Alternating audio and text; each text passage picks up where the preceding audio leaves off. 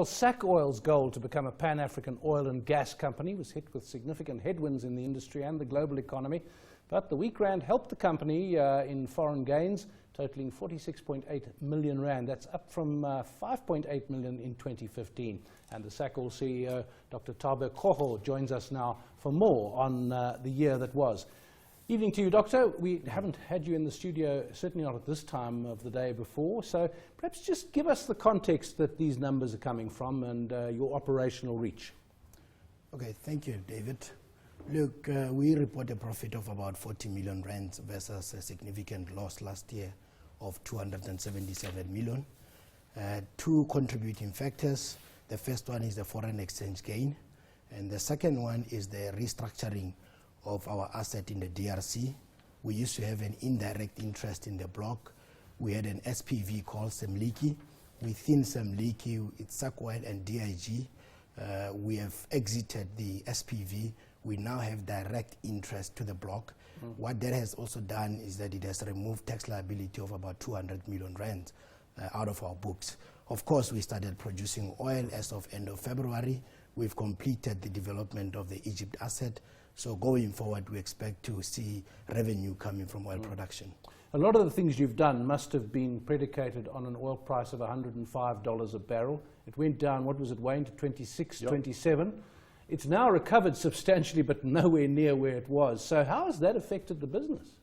No, that's true. I mean, when we acquired the asset in Egypt, that was in October 2014, I think the oil price was $90 per barrel. Today is 50. Given the onshore nature of our asset, it's a low-cost asset. We drill a well for $300,000, $400,000 per well compared to offshore assets. It has hit us. We need to optimize. We need to reduce costs, and that is why we optimize between 650 and 800 barrels per day. The reserves have gone up from 6.2 million barrels to 6.9 because of the wells that we've drilled, but because of the oil price, we've had to impair the asset. Right? Of course, Thabo, no one knows what's going to happen in the future, but what's your view on the oil price? How much of the high-cost production is coming out? Because this isn't really a demand issue, it's a supply issue. No, that is correct. I think SacOil view is we need to plan around between $50 and $60 per barrel long term.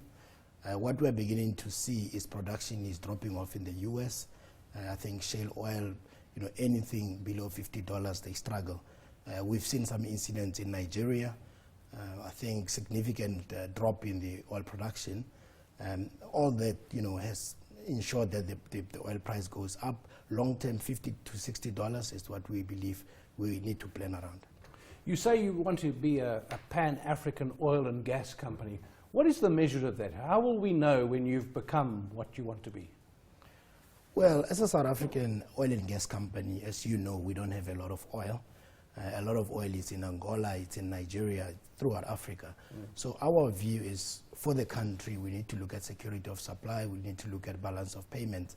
So we are small today. Our long-term vision, if we can be 100,000 barrels per day company, that will be significant. If you look at refineries in the country, one refinery on average is about 100,000 barrels per day.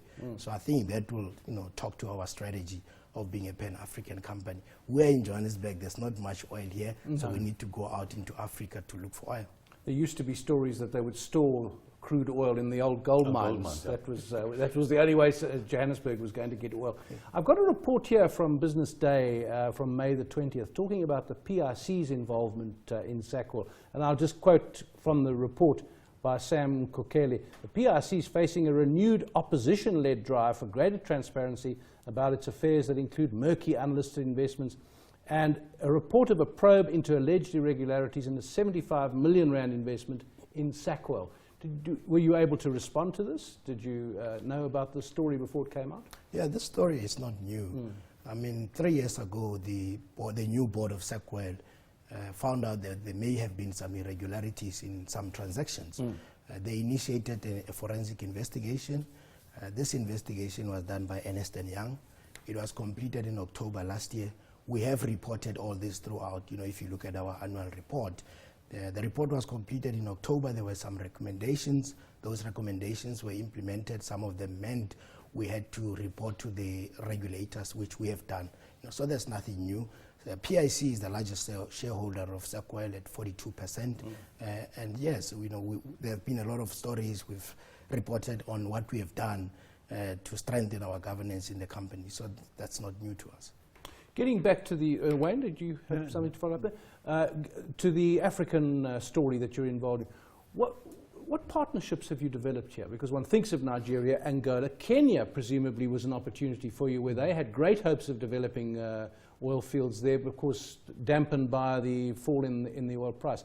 What partnerships have you developed? One would think you'd have to build this company. No, absolutely. I think the biggest partnership we currently have is in the DRC, Block 3 with Total. Now Total is an oil major. They are operating the block. We started shooting seismic on the block. And we have a very good strategic relationship with Total. We continue to look at other opportunities. Wayne? Gas in South Africa, is it viable at $50? What's the price that it's viable at?